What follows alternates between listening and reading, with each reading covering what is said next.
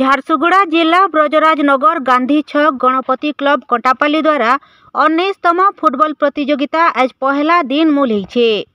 पहला दिने मारुति एकादश करलाजुरी और संतोषी क्लब रामपुर भितरे आयोजित होता।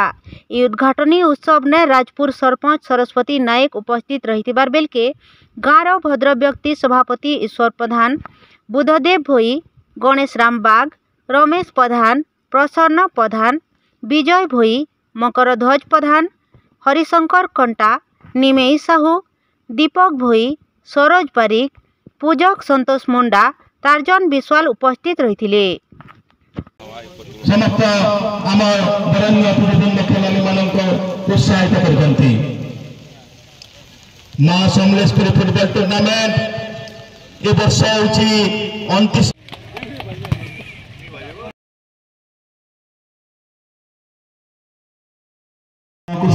बहुत आशा उभय दलर खेलाड़ी बृंद होती।